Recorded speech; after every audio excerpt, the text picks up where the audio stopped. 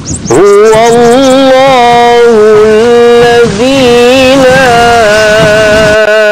إله إلا هو عالم الغيب والشهادة هو الرحمن الرحيم.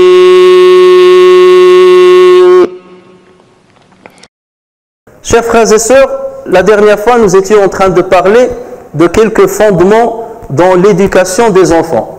Et on a parlé du premier fondement et de loin le plus important, à savoir l'enracinement de la foi en Allah tabaraka wa ta'ala, conformément à l'ordre que Luqman alayhi salam a respecté lorsqu'il était en train de prodiguer des conseils pour son fils. Donc il a commencé par la question de l'unicité d'Allah azza wa jal, attacher l'enfant au nom de Dieu, leur expliquer ses attributs et ce qui se rapporte à ces attributs. C'est pour cela qu'il lui a dit que même s'il s'agissait d'un grain de moutarde et qu'il soit dans la terre, dans le ciel ou dans une pierre, Allah azza wa jal le ramènerait. Donc il est en train de l'attacher et de lui expliquer certains des attributs d'Allah tabaraka wa ta'ala. Et donc ça c'est quelque chose de très important. Parmi les choses qui se rapportent à l'Aqidah, il y a aussi le monde invisible. Et dans ce monde invisible qui nous est parallèle, il y a les anges, il y a les djinns. Et là, le but, c'est de montrer aux enfants que voici un modèle qu'Allah Azza wa Jal a créé, qui est celui des anges, qui adorent Allah Azza wa Jal et qui lui obéissent, et qui ne peuvent en aucun cas lui désobéir. Et leur expliquer que de l'autre côté, il y a les djinns, qui peuvent être sur la bonne voie, comme ils peuvent être égarés, qui peuvent être musulmans, comme ils peuvent être mécréants, comme bien entendu le Coran nous l'a montré. Et commencer par leur raconter l'histoire de Adam alayhi salam depuis sa création et la désobéissance de Iblis.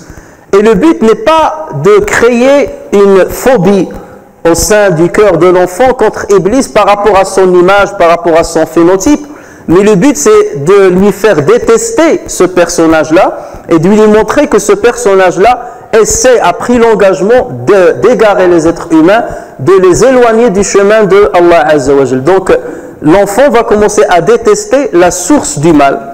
Et le but c'est pas de craindre la forme du mal. La forme du mal. Lorsqu'on commence à dire Shaitan, il a des cornes, il a des crocs, il a ceci, ça c'est pas une bonne manière d'éduquer les enfants, surtout lorsqu'ils sont encore en bas âge. Donc le but c'est seulement leur apprendre qu'il y a un personnage qui nous cherche du mal et qui cherche à nous écarter de Allah tabaraka wa ta'ala. Et c'est ainsi qu'on va leur montrer que la source de toute justice, la source de toute miséricorde, la source de toute indulgence, c'est Allah tabaraka wa ta'ala. En revanche, la source de l'égarement, c'est Ash-Shaytan. Et l'enfant commence donc déjà à voir ces deux chemins dans son esprit. Et on va lui faire aimer au fur et à mesure le bon chemin parce que nous sommes censés être dessus. Regardez, lorsque Yusuf alayhi salam a raconté sa vision à son père Yaqub. Yaqub lui a dit: oh mon fils, ne raconte pas ta vision à tes frères car ils montraient un complot contre toi. Et il ne s'est pas arrêté là-dessus parce que s'il s'est arrêté là-dessus, l'enfant va commencer à détester ses frères.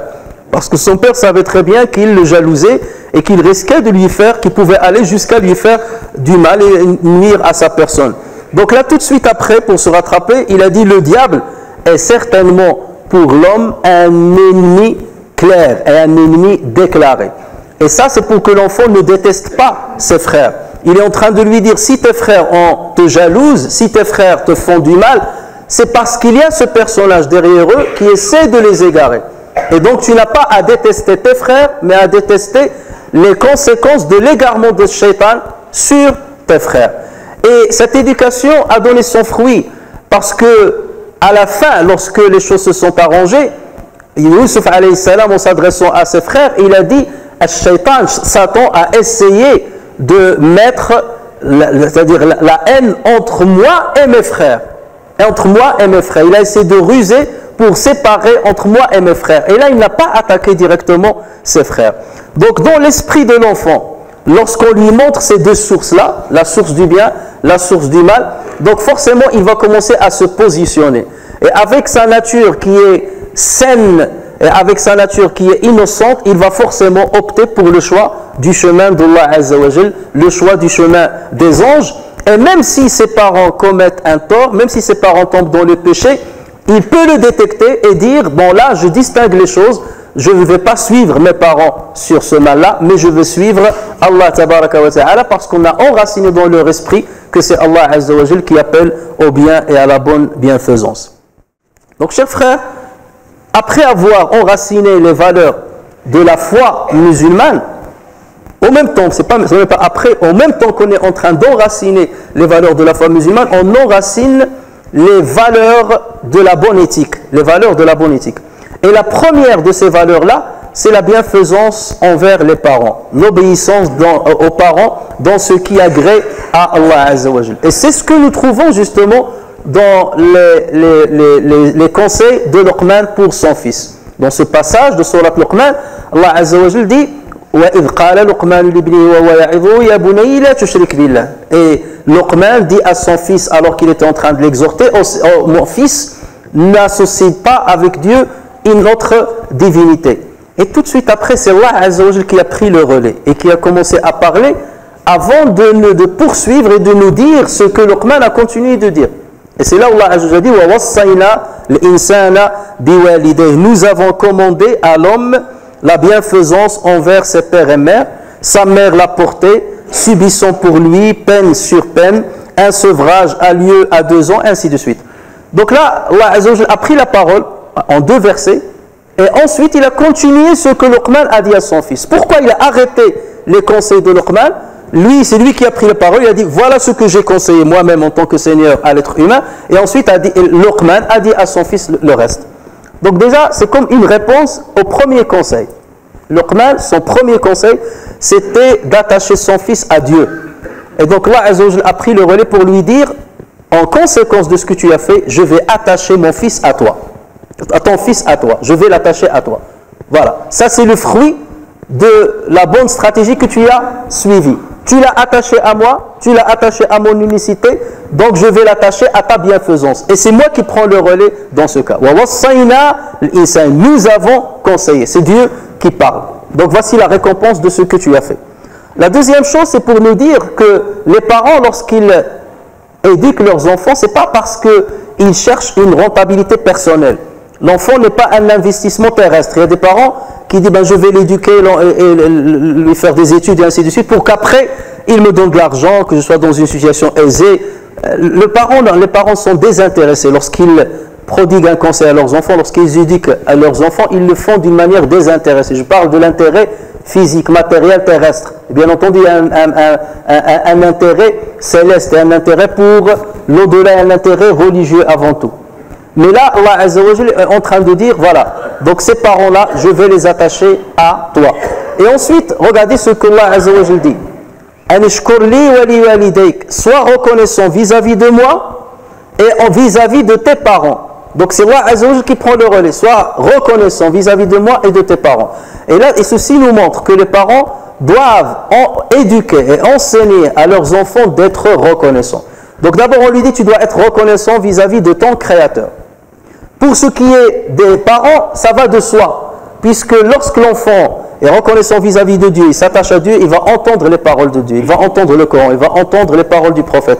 Et ces paroles-là vont dans le sens de conseiller les enfants d'être bienfaisants envers les parents. L'enfant, naturellement, va dire, je vais être reconnaissant vis-à-vis de mes parents parce que mon Dieu, parce que Allah m'a demandé de le faire. Et cette reconnaissance est très importante lorsqu'on veut l'enraciner, et on l'enracine de 2 manières. Par l'appel direct et par un appel indirect. L'appel direct, c'est de dire à l'enfant, de lui apprendre, sois reconnaissant vis-à-vis de toute personne qui t'a fait du bien. Lorsque quelqu'un te donne un bien, donne-lui un bien, que ce soit par la parole, tu lui dis merci, barakallahu fik, jazakallahu khairan, que ce soit par un cadeau, que ce soit par un comportement, tu manifestes de la modestie devant lui, de l'amour et de l'affection vis-à-vis de lui, c'est une manière de remercier les personnes. Et ça, c'est une manière importante. Et ceci, les parents doivent l'apprendre aux enfants dans la maison elle-même. Lorsque par exemple une mère achète un cadeau en cachette et elle dit à son enfant, ben tiens, ce cadeau, va le donner à ton père. Parce qu'il s'occupe de nous, il fait ceci, il fait cela, il fait cela. Et le père, il fait la même chose. Il achète un cadeau pour la femme, mais il le donne à l'enfant, il lui dit, va donner ce cadeau à ta mère. Lorsque je parle comme ça, il y a certains qui vont dire c'est utopique, parce que lorsqu'on voit notre situation dans la maison, c'est la catastrophe. Nous, c'est l'inverse. Chacun remonte l'enfant contre l'autre. La mère, elle lui dit, si je te dis ça, c'est parce que c'est ton père qui veut. Moi, tu dors à 10h, 23h, 24h, c'est pas un problème. Mais c'est ton père qui veut que ça soit ainsi. Et donc, l'enfant commence à détester son père. Et pareil, le père, il insulte sa mère devant les enfants, ou il rabaisse la mère, c'est à cause de ta mère, si tu es un idiot, c'est à cause de ta mère ne vaut rien, et ainsi de suite. Et c'est comme ça qu'on bousille l'éducation de nos enfants, sans nous en rendre compte. On dépense de l'argent, on dépense du temps, on dépense de la parole pour les éduquer, et après, à cause d'un simple geste que nous manifestons vis-à-vis de nos conjoints, on peut tout détruire. Lorsqu'un enfant voit que le père n'a aucune reconnaissance vis-à-vis de sa femme, ne lui donne aucune valeur, aucun respect, aucun remerciement, ni par la bouche, ni par la parole, ni par le geste, ni par l'affection, comment voulez-vous que cet enfant soit reconnaissant vis-à-vis de ceux qui lui ont fait du bien? Il a grandi dans un climat de tension, dans un climat où il n'y a pas de reconnaissance entre les parents. La mère, elle dit au père, j'ai jamais vu du bien avec toi. À quoi tu sers de toute façon en tant que père? Tu es toujours à l'extérieur, tu fais rien, c'est moi qui fais tout, c'est moi qui fais tout. Donc tout de suite, l'enfant commence à avoir cette opposition. Au lieu de lui montrer que nous sommes tous deux en train de t'éduquer, lorsque tu dis, c'est moi qui fais tout, toi tu fais rien, l'enfant, qu'est-ce qu'il dit? Mon père, il ne sert à rien dans la maison. Et à partir d'un certain moment, il ne peut pas être reconnaissant vis-à-vis de son père.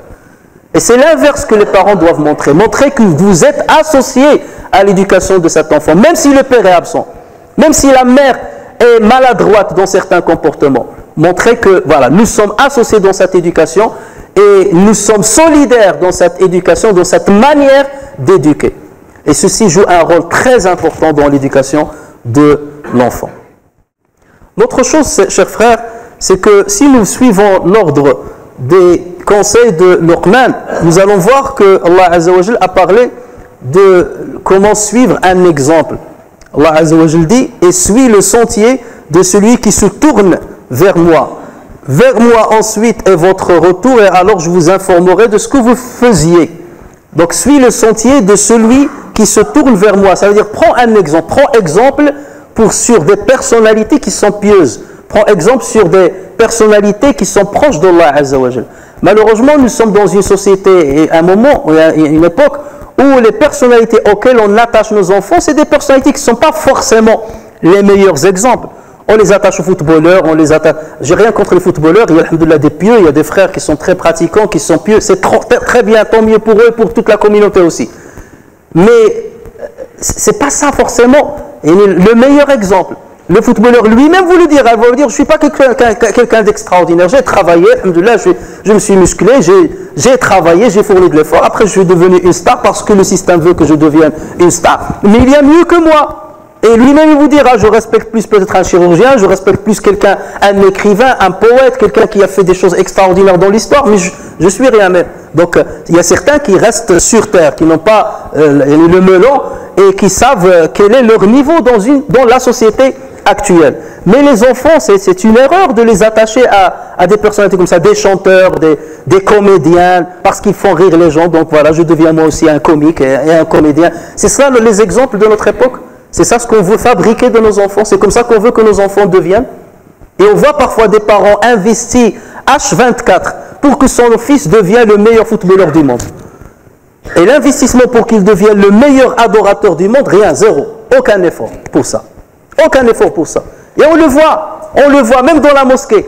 Le cours, il est de telle heure à telle heure. Non, je dois ramener mon fils au sport. Et il est de telle heure à telle heure. Non, mais mon fils doit... C'est quoi la priorité chez toi? C'est à la mosquée de s'adapter par rapport au sport de ton fils. Et c'est non pas l'inverse. Donc c'est quoi la priorité chez toi? La priorité c'est le sport. Ou après on verra pour la mosquée. D'accord? Donc il faut qu'on voit quelles sont nos priorités dans la vie.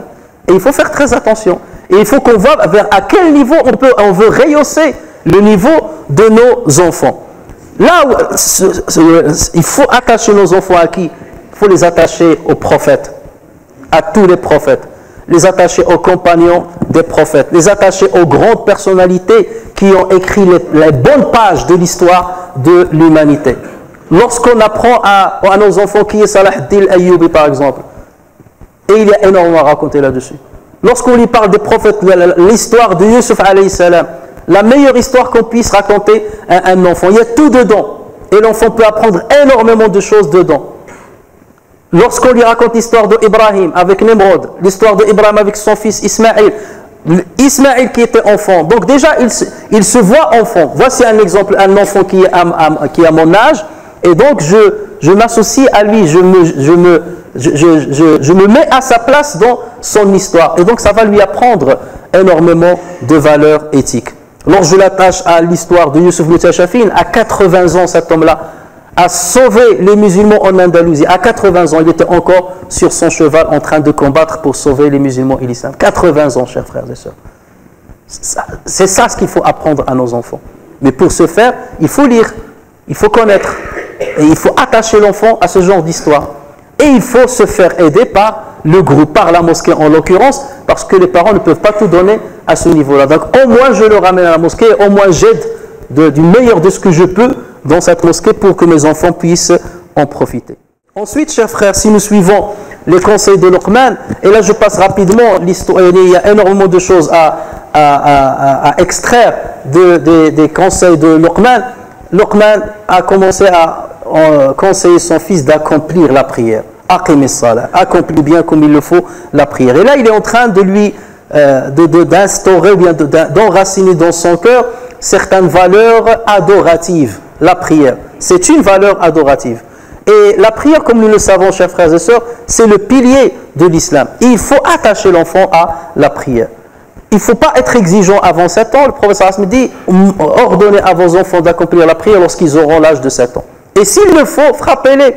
Et comme un outil pédagogique d'éducation, pas frappez-les, ça veut dire casser les os. Non, frappez-les, une frappe pédagogique pour le montrer, non, je suis ferme là-dessus, on ne rit pas, je suis ferme, je suis intransigeant là-dessus, ta prière, c'est ta prière, c'est quelque chose, voilà. Et l'enfant, depuis son jeune âge, lorsqu'il s'habitue à la prière, il sait que ça fait partie de son programme quotidien. Je me lève chaque matin pour aller à l'école, je prends mon repas 3 ou 4 fois par jour, ben pareil, j'ai à accomplir ma prière 5 fois par jour. Un petit rendez-vous avec Allah Azza wa Jalla, je le fais. Ça devient normal chez lui. Et ça va lui servir toute sa vie.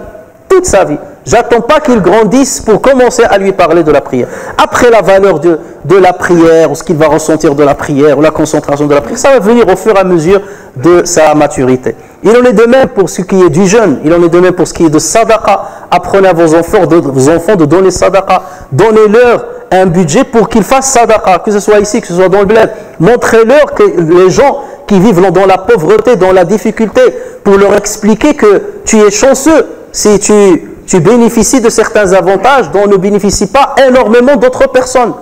Et il ne faut pas pour qu'ils deviennent altruistes et qu'ils ne pensent pas qu'il n'y a que son intérêt qui compte. Donc toutes ces valeurs-là, religieuses, ces valeurs adoratives vont jouer un rôle important dans la construction de la personnalité de l'enfant. Donc enfin, pour terminer, et encore une fois, nous sommes en train de parler de quelques bases, de quelques fondements. Il y a énormément à dire dans chaque fondement, mais là, ce sont les objectifs dans l'éducation. On a parlé du premier objectif, c'est l'aqidah. Le deuxième objectif, ce sont les valeurs éthiques et les convenances du comportement. Ça, c'est un objectif. On verra, Inch'Allah, si Dieu le permet, les moyens et les outils pour parvenir à cette bonne éducation. Ça, c'est une autre chose. Mais là, on parle seulement des objectifs. Donc, parmi les objectifs aussi, c'est d'éduquer les enfants sur certaines convenances au niveau du comportement avec l'autre, dans la société. Comment ton fils doit se comporter au sein de la société. Et on voit que Luqman a fait allusion à une batterie de ces convenances. Lorsque Allah Azza wa Jalla dit, au nom de Luqman, et ne détourne pas ton visage des hommes, ne sois pas orgueilleux, ne le vois pas avec un œil hautain, ne sois pas hautain, ne détourne pas ton visage des hommes et ne frôle pas la terre avec arrogance, car Allah n'aime pas le présomptueux plein de glorioles. Sois modeste dans ta démarche et baisse ta voix, car la plus détestée des voix, c'est bien la voix des ânes. Regardez, jusqu'à lui montrer comment parler, comment baisser la voix et comment contrôler sa voix. Donc ce sont des convenances auquel on doit faire énormément pour apprendre à nos enfants. Je vois personnellement, rien que pour voir la salle des ablutions, et on les voit, samedi, dimanche, lorsque les enfants viennent ici à la mosquée et qu'ils rentrent dans les toilettes, aucun respect, aucune convenance. Ils ne savent pas ce que ça veut dire laisser l'endroit plus propre que je l'ai trouvé. Et je me dis comment des enfants qui ne tirent même pas la chasse d'eau, comment ils font chez eux? Et comment des parents puissent accepter ce comportement? Et c'est abominable, c'est inimaginable. Un enfant qui rentre accomplir ses grands besoins, il ne tire pas la chasse d'eau. C'est une catastrophe, c'est une honte pour les parents. Et ça doit être un réflexe, c'est le minimum des convenances. Et il y en a énormément. Manger et jeter, moi dans la mosquée, vous allez sortir tout de suite, regardez par terre. Le nombre de noyaux de dattes que vous allez trouver. Des frères qui viennent de Sabila, ils ramènent des dattes pour que les gens mangent. On mange et on jette par terre. Ou dans la mosquée. Les adultes, comment voulez-vous que les enfants soient lorsque les parents sont comme ça? C'est ça l'exemple. Ce sont les exemples qui éduquent les enfants. Donc il n'y a qu'à voir nous, comment on sort de la mosquée, comment on stationne nos voitures, comment on se bagarre avec ceux qui font l'arrangement des voitures. Non, je veux stationner ici, je veux rentrer malgré vous, je veux qu'un je veux suivre. Si on ne se respecte pas, comment voulons-nous que nos enfants soient respectueux vis-à-vis des autres? Donc, chers frères, la question de l'éducation des enfants, c'est quelque chose qui est simple, à la portée de tout le monde. Mais encore faut-il avoir quelque sagesse et avoir un œil un petit peu critique sur ce qui se passe dans la société. Ça ne nécessite pas de passer par des universités, de faire des stages et ainsi de suite pour apprendre à ses enfants. Non, les gens modestes ont su donner à l'humanité les plus grands gens qu'a connu l'humanité. Mais il faut un peu de sagesse et surtout être le bon exemple avant de commencer à éduquer son enfant ou à l'orienter vers un sens.